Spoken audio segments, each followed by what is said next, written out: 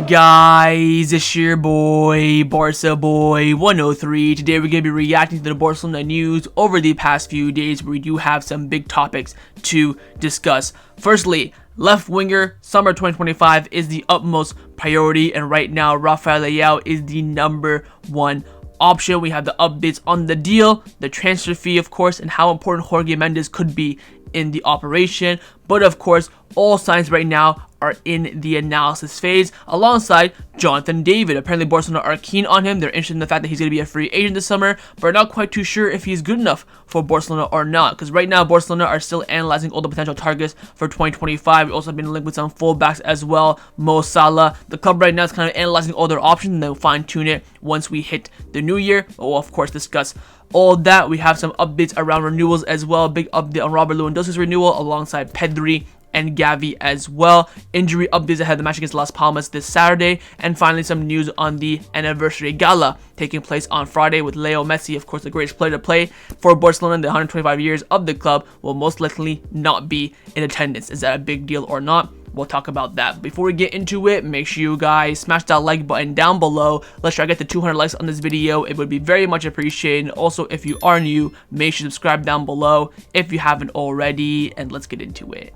Now, before we get into this video is sponsored by Number One Foot. Number One Foot is by far the best replica jersey website on the market, and it's not even close. They have a variety of different items at the absolute best prices. They sent me 2 kits recently. First one is the retro Barcelona kit, the home kit, which I'm currently wearing right now, and also as well the second kit for that season in the blue edition. Oh my god, like the stitching is fantastic, the quality is, superb. Feels like I have the actual, original kit for a fraction of the price. And if you use the discount code BOY at checkout, you do get 10% off your order. That's BOY. Use it at checkout, and all orders above $80 as well will receive free shipping. So what are you waiting for? Hit the top link in the description down below and get your new football kits today.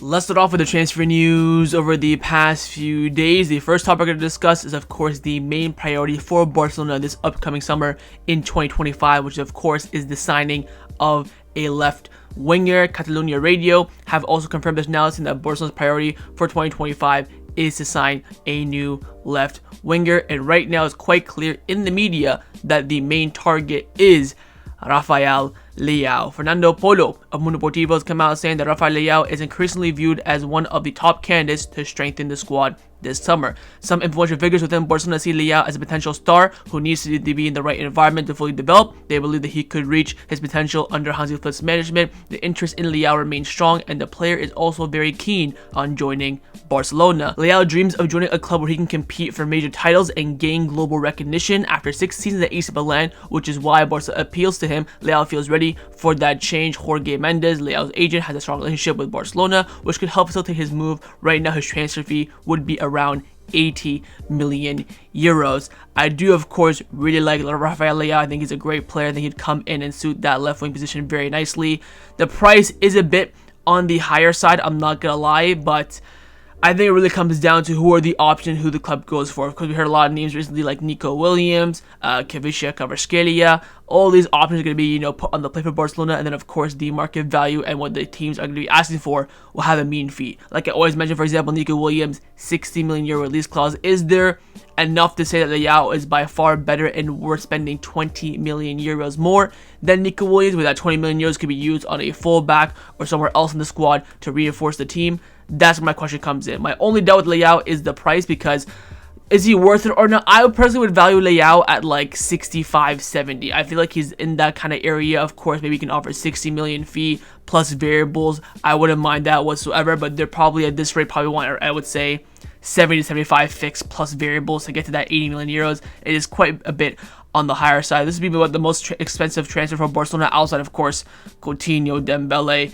and Griezmann, who are just wild moves. Is the first logical big sign that we will make. So we'll see how things do turn out. It's quite clear the club do have interest in him. I think he's on the market in terms of availability, the best option for Barcelona, but it will mainly come down to what Leao AC Milan and Jorge Mendes ask for in a price to rather persuade Barcelona or push us maybe a little bit away.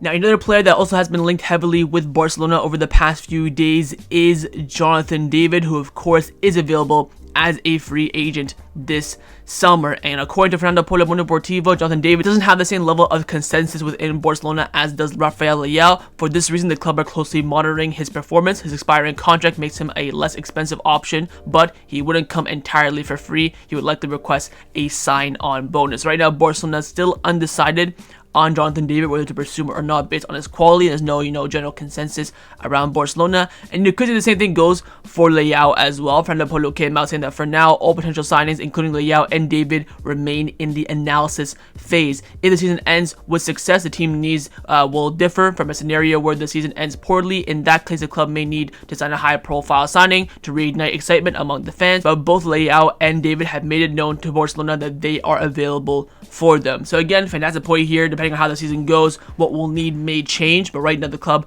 are just shoring up their options, analyzing the market, and see who they want to go for once the time comes. If we win the treble, we might not need Jonathan David. If we win one trophy, we might need David and Leao. I would say no matter what, we probably need Rafael Leao or any left winger by that matter, not any left winger, should I say, a high quality left winger. But when it comes to David and other options like him, those ones will probably have to, I think it's a great point here, sees how the kind of season ends, and that will probably dictate whether or not we go for them or not. So right now, Barcelona is still really unclear, undecided as well on their main targets for right now. But again, they're still in the analyzing phase. They're still having some names on the table. They will have, a good list sorted out before, of course, the summer transfer window comes around. Now, on the topic of number 9s, another striker that Barcelona are keeping an eye on alongside Jonathan David is Viktor Gyökeres. Now, David Bernabeu of Sport has come out saying that Barcelona are very interested in Gyökeres and see him as an ideal successor to Lewandowski to lead the team's attack. The club's idea is to sign him next summer for 70 million euros and then loan him back to Sporting Lisbon for a year and then return after Lewandowski's contract ends. Now, reports are also coming in from the Portuguese media saying that Barcelona, among other clubs as well, will have scouts present for the game between Arsenal and Sporting, mainly eyeing Gyökeres. Now, of course, that game did take place 2 days ago, the same thing that Barcelona paid Bless on Tuesday. So apparently Barcelona scouts were there keeping their eyes on Gyökeres. Look, I don't mind the idea of signing a striker and then maybe loading him for a year and then having him ready to come in when Lewandowski is all done and wrapped up at Barcelona, but Gyökeres for 70 million makes no sense. I'd much rather spend that 70 on Leao easily without a shadow of a doubt. I think Gyökeres, it's Liga Nos, man. Bas Dos scored about 70 goals in that league. It's really hard to judge someone in that kind of division. If you're not in the top 5 leagues, it's so hard to see how good of a player he is. Of course, yes, he's doing it in the Champions League. He got a hat-trick against Man City. Whoa, 2 penalties in the tap, and alright. I mean, for me, Gyökeres is a player that goes somewhere else and then makes that Barcelona move. I don't see him making a direct move. And of course, with Lewandowski leaving, we need a world-class, big-name number 9. Erling Haaland is your answer because you already know he's fully developed. You already know the talent that he has as well. Big name, the marketing he'd bring in, of course, the quality he brings in the team.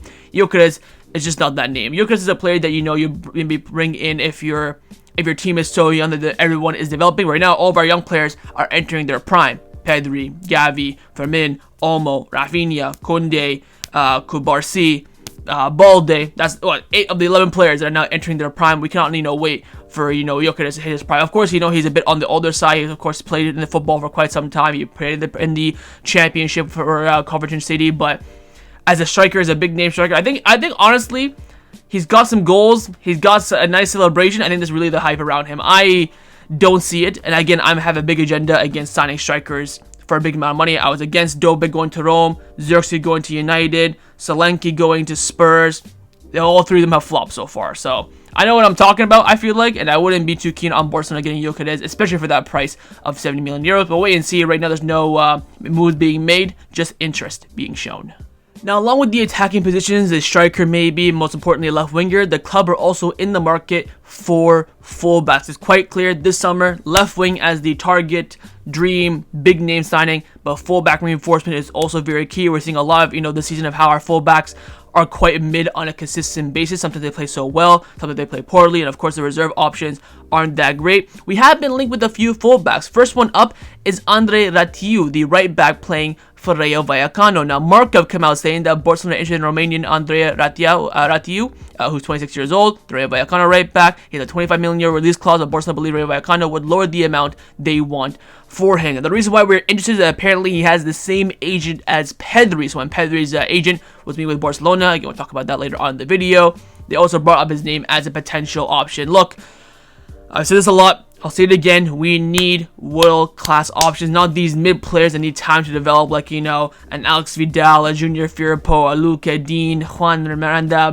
been there, Nelson Semedo, been there, done that. We need quality in these areas. I would love to spend around 60 million on a fullback. I'd say 60 maybe for two, 30 million each, or maybe you can do 40-20, whatever the split you want to do, but I'm really not against, but super not interested in Barcelona getting some random name to try and grow and develop. I'd rather just trust what we have, because what's the difference? Save the money, maybe use that 25 million on Leao or something. That's just my point of view. I understand why people would want to bring in a talent. I understand that. You have Alex Valle, who's currently on loan Celta Vigo. Hector Ford, hopefully will get more prominence as the season progresses. Of course, the idea right now is to sign a fullbacks, but if Alex Vidal, if Alex Valle has a worldly of a season with Celtic from now until the end, Hector Ford maybe comes in if Koundé or Balde gets injured and he does absolutely fantastically well. That plan might go out the window as well. So we'll see. Rațiu is alright, but not someone I'm too keen on, but the club are showing some interest.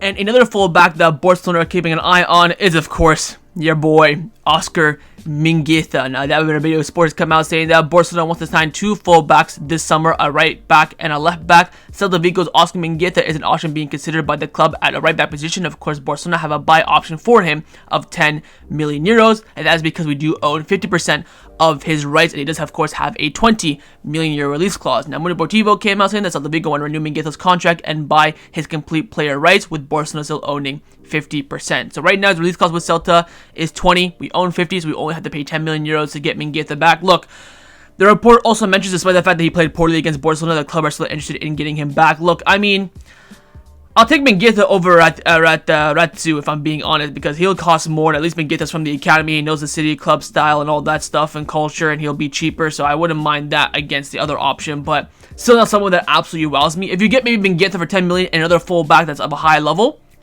I can go with that. So let's say, for example, you keep Koundé and Balde, Hector Ford and Valle, let's pretend they're not around whatsoever. If you want to bring in Mingueza and let's say a Trent or a Davies for free, I'd be on board with that. That for me is upgrading. That for me is bringing coverage and competition to those areas, and I'd be absolutely on board for that. Of course, Mingueza can play both on the right and the left. He's played a lot on the right for Celta this season, but against Barcelona, he played at left back. So good versatility there, but we all know the quality of Mingueza, and we'll wait and see how things do turn out in the future as Barcelona continue to monitor his situation throughout the season and do, of course, have an advantage in his future as well.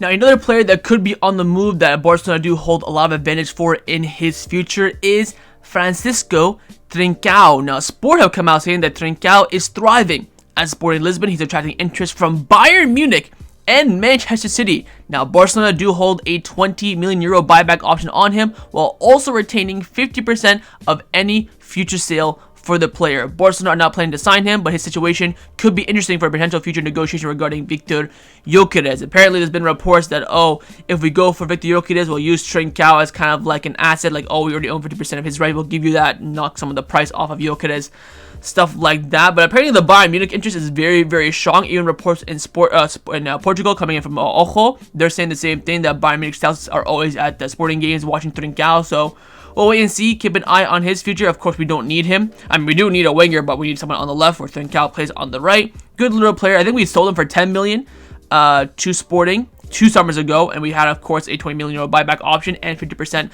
of any future sales. So those ones will definitely be coming to play at some point, I believe, this summer. Now, the final player that we have been linked with also on the right wing as well is Mohamed Salah. Now, Goal have come out saying that at Barcelona, there's a debate about whether to sign Salah if he does not renew his contract with Liverpool. Some see him as a key signing, a top player available for free, while others think the situation is different, as he does play, of course, in the same position as Lamine Yamal. Liverpool will increase their offer, and he also has a massive offer from Saudi Arabia. Mundo Deportivo also confirms as well, saying that Barcelona consider trying to go bring in Mohamed Salah to the club next summer, but internally there are also some doubts because he could halt Lamine Yamal's progression. Right now, Mo Salah earns 350,000 euros per week at Liverpool. He is eyeing, of course, to get the biggest contract in Premier League history to get more than that. The highest ever is 350k a week. I think he has it, Kevin De Bruyne has it, and Alexis Sanchez had it when he was at United.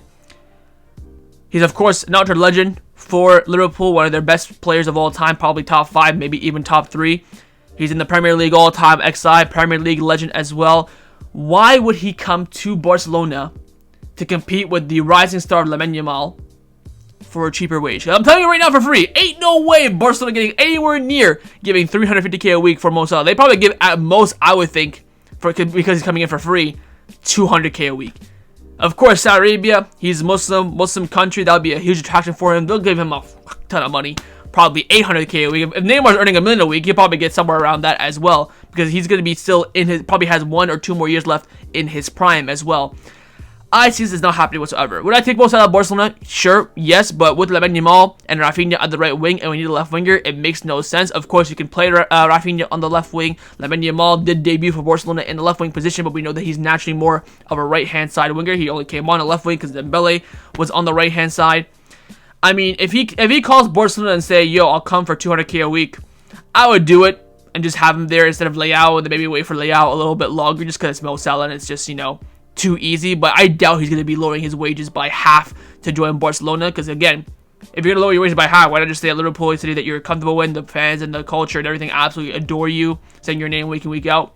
Why not? So that doesn't really make too much sense to me, but we'll wait and see how things do turn out. Barcelona are keeping an eye on the situation. Nothing fully decided yet. I think it depends a lot on what he will ask for from Barcelona, but wait and see how things do develop. Let's now discuss the players that have been rumored to leave Barcelona over the past few days. First up is Pablo Torre. Now, Gigantes have come out saying that Deco met with Pablo Torre's agent a few days ago to discuss his immediate future. The player is determined to get more playing time, but the club is not considering his departure for now, aware that injuries could open up a chance for him. Barcelona are delighted with his explanatory attitude in training, despite many players being ahead of him in the pecking order. We of course saw Pablo Torre get some minutes a few days ago against Brest, came on ahead of Frankie de Jong, so maybe there's a little something there. Look, I think Pablo Torre is an absolutely fantastic player. I think he's a very, very crucial squad player as well. If the likes of Pedri gets injured, or Gavi, Fermin, Dani Olmo, he will be an excellent asset to have from the bench. I think he's a player filled of quality. I personally will not let him go until the end of the season as well. I know his minutes right now are quite low, but give it time, be patient. Of course, we play every other day. This team is not going to stay fit from now to the end of the season. Of course, Dani Olmo, injury prone. Gavi come off the back of a big ACL, you never know. Pedri, despite the fact he's been fit all season, is still, in my opinion, a bit injury prone. Fermin Lopez now playing, of course, the Euros, Olympics, and all of last season. He's now maybe a slightly tad bit injury prone. He's already had 2 injuries this season. So if I'm Pablo Torre, I'll hold out for a bit. Of course, in this 4-2-3-1, he could play in the double pivot in either side, can play off the left as well, can play in the 10. So he's a very, very useful player for Barcelona. If I'm him, I'd just be patient, wait his time. But again, he was looking for more game time, and rightfully so. He's a player of very good quality. We saw how good he was when he came off on the bench against Brest, although he did miss that big chance. So we'll wait and see with Pablo Torre. I think the club's plan is to keep him at least until the summer. I don't think they'll let him go in January whatsoever, unless a ridiculous offer comes in. And then, of course, in the summer, we will reassess how the squad looks and how his future does look in the team. Let's now discuss some contract renewal updates around the first team at Barcelona. Firstly, on the contract renewal of Robert Lewandowski. Now, Fernando Polo Mundo Deportivo came out saying that with Robert Lewandowski expected to stay another season due to his contract being automatically renewed, as well as he will meet the requirements of the games played as well. His presence could delay the need to invest in another top striker for another season. So again, Lewandowski will 100% be here next season in 2026, and most likely will not sign a striker this summer.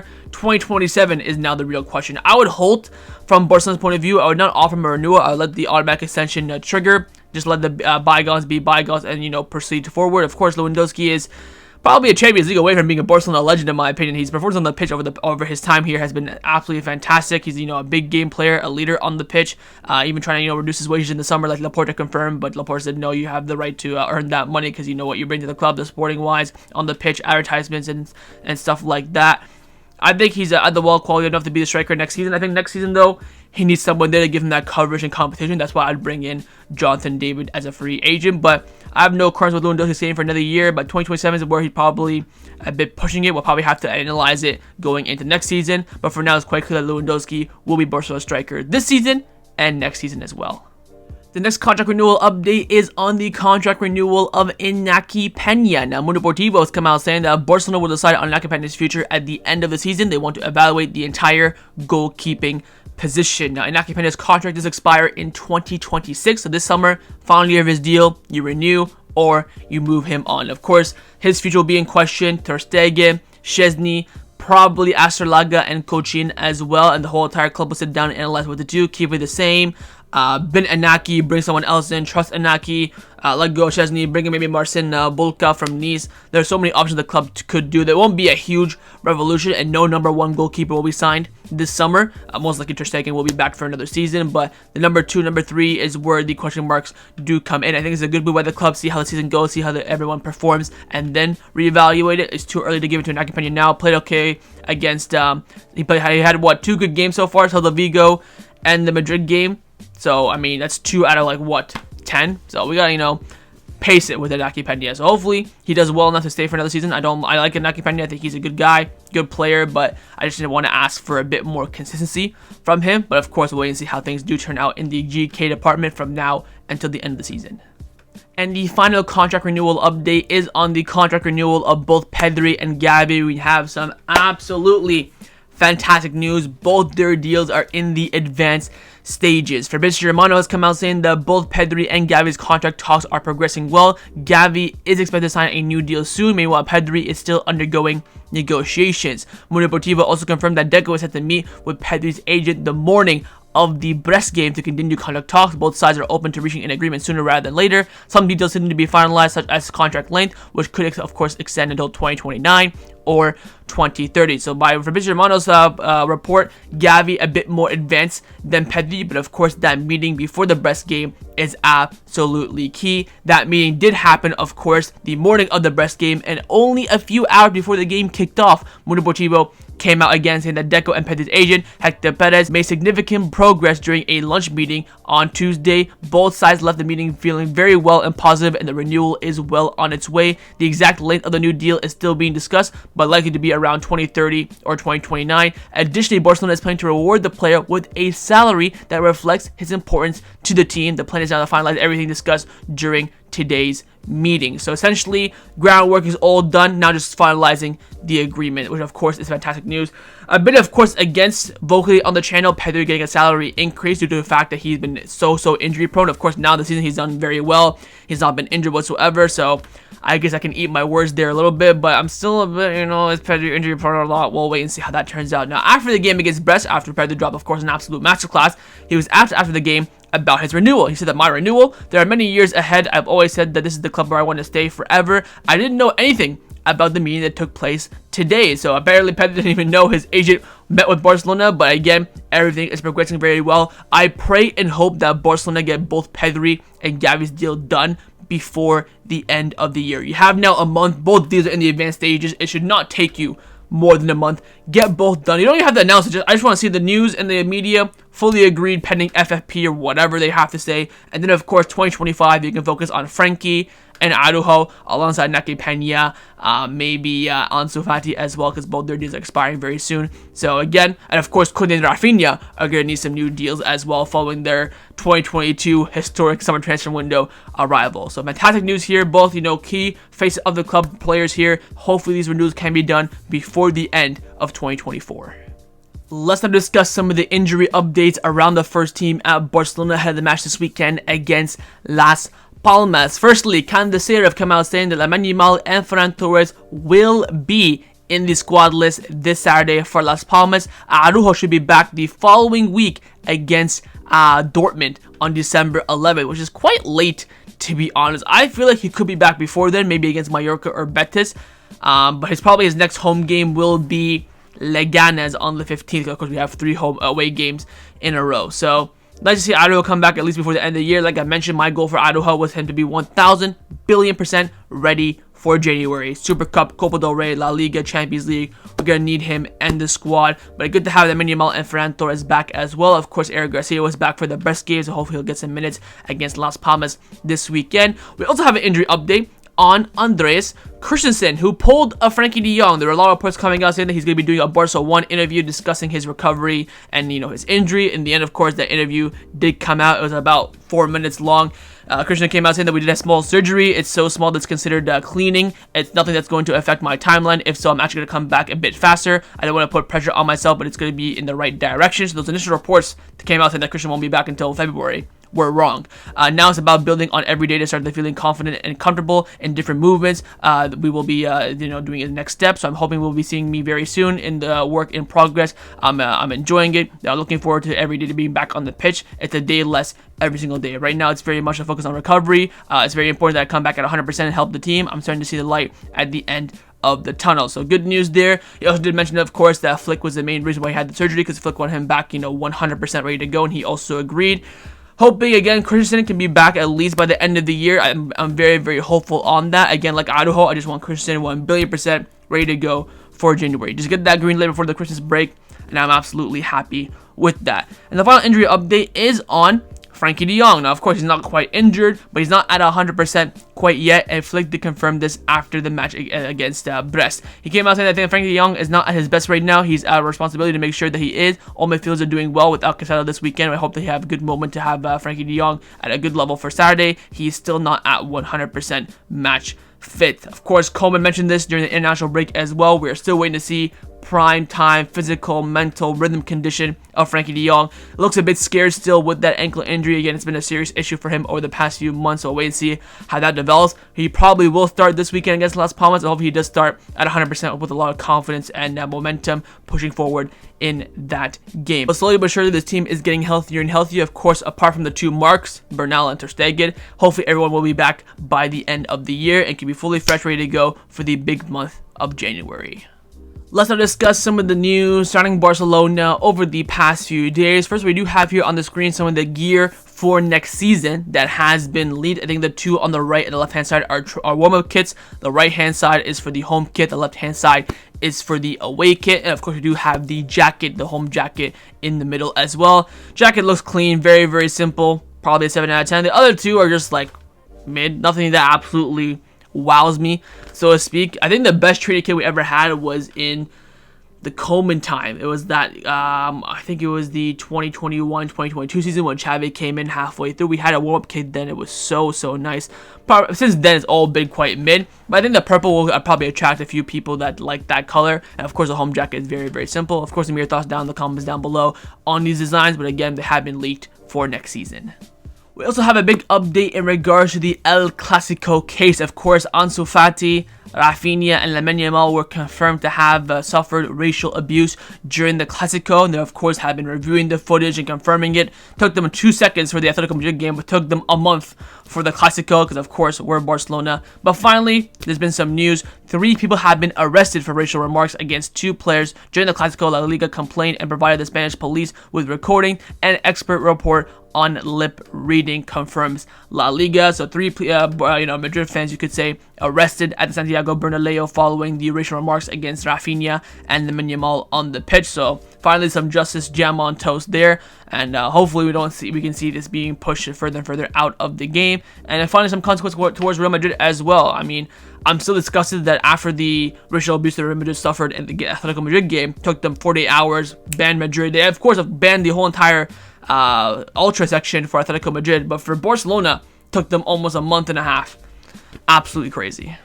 Now, the final topic that I want to discuss before I end off this video is, of course, in regards to Barcelona's 125th anniversary, which will be tomorrow. So, happy early anniversary to you guys, I guess. Of course, 125 years of a club is no mean feat, and tomorrow's gala is expected to be absolutely huge. One of the big questions is, will the greatest player to ever play for this club in the 125 years be there or not? And of course, Lionel Andrés Messi. Now, a few days ago, Catalunya Radio came out saying that Messi is actually expected to attend the gala celebration for Barcelona's 100th anniversary on Friday, November 29th. Among all those invited guests at the club, he's likely to be the most important figure, of course. Then a few days later, it was reported that he's actually not gonna come. Fernando Polo came out saying that Lionel Messi will not be able to physically attend Barcelona's party on November 29th to celebrate the club's 125th anniversary. Barring a surprise, he has some unavoidable commitments which he has scheduled from months ago. The club had invited all the key players by letter, and Messi found out about the invitation 15 days ago. So apparently he has other commitments that day that he can't get out of, but barring any last surprise, he will not be there. Of course, he will be involved. He will be sitting in a video and, you know, being involved in the ceremony. A lot of people went bananas on this. Oh, he's not coming because Joan Laporta. Can we fucking drop this agenda? I believe there's no hate whatsoever between Laporta and Messi. Maybe they don't find each other like in the right mood. Of course, Laporta negotiated with Messi last summer to try and bring him back to Barcelona. So of course there was relationships back up and running then. People say, oh, he sacrificed him, he let him leave, he backstabbed him. That's all PR and it's all bullshit. That never happened whatsoever. I guarantee you Messi and Laporta have a fine relationship. Maybe it's not perfect, but it's absolutely cordial. It's absolutely okay. And I think Messi would have showed up if, of course, he could. We'll wait and see. He might come in last second surprise, walk out like a pack opening. But if it's not there, as long as he sends in the video, I think it's all good. We'll wait and see what players are there and who doesn't show up. I don't think he'll be the only one that doesn't show up. But we'll wait and see how things do turn out in regards to the anniversary. But also some news on the anniversary is the mascot. Now, Gigantes came out saying that the mascot for Barcelona's 125th anniversary will be a cat, and it will be called Cat, which means cat in English, with the abbreviation for Catalonia. The designer is Carlos Granel. This is the part that has been worked on in great secrecy for almost a year now. So we're going to be getting a new mascot. His name's to be Cat. Enjoy Cat, I guess. So we'll wait and see how the anniversary does take place. I expect it to be a pretty big gala. Taking place just 24 hours before the Las Palmas match. So that was my reaction to the Barcelona news over the past few days. Hope you guys enjoyed this video. If you did, of course, make sure you drop a like down below. And of course, in the comments down below as well, let me know your thoughts on everything we did discuss. The main thing I want to first do, of course, is your thoughts on that number one summer priority for Barcelona in the left wing position. What player would you go for? You think Leao is worth the 80 million euro quoted by AC Milan? Second, your thoughts on Jonathan David. Think he's good enough to play for Barcelona? Would you sign him on a free transfer this summer? Third, your thoughts on Lewandowski's renewal alongside the renewal of Pedri and Gavi. And finally, your thoughts on Messi not attending the Gala. I think it's a big deal. You think it's just being blown out of proportion, as I believe it is. And of course, make sure you guys subscribe down below if you haven't already. And I will see you guys next time on the channel. Take care and Forza Barca.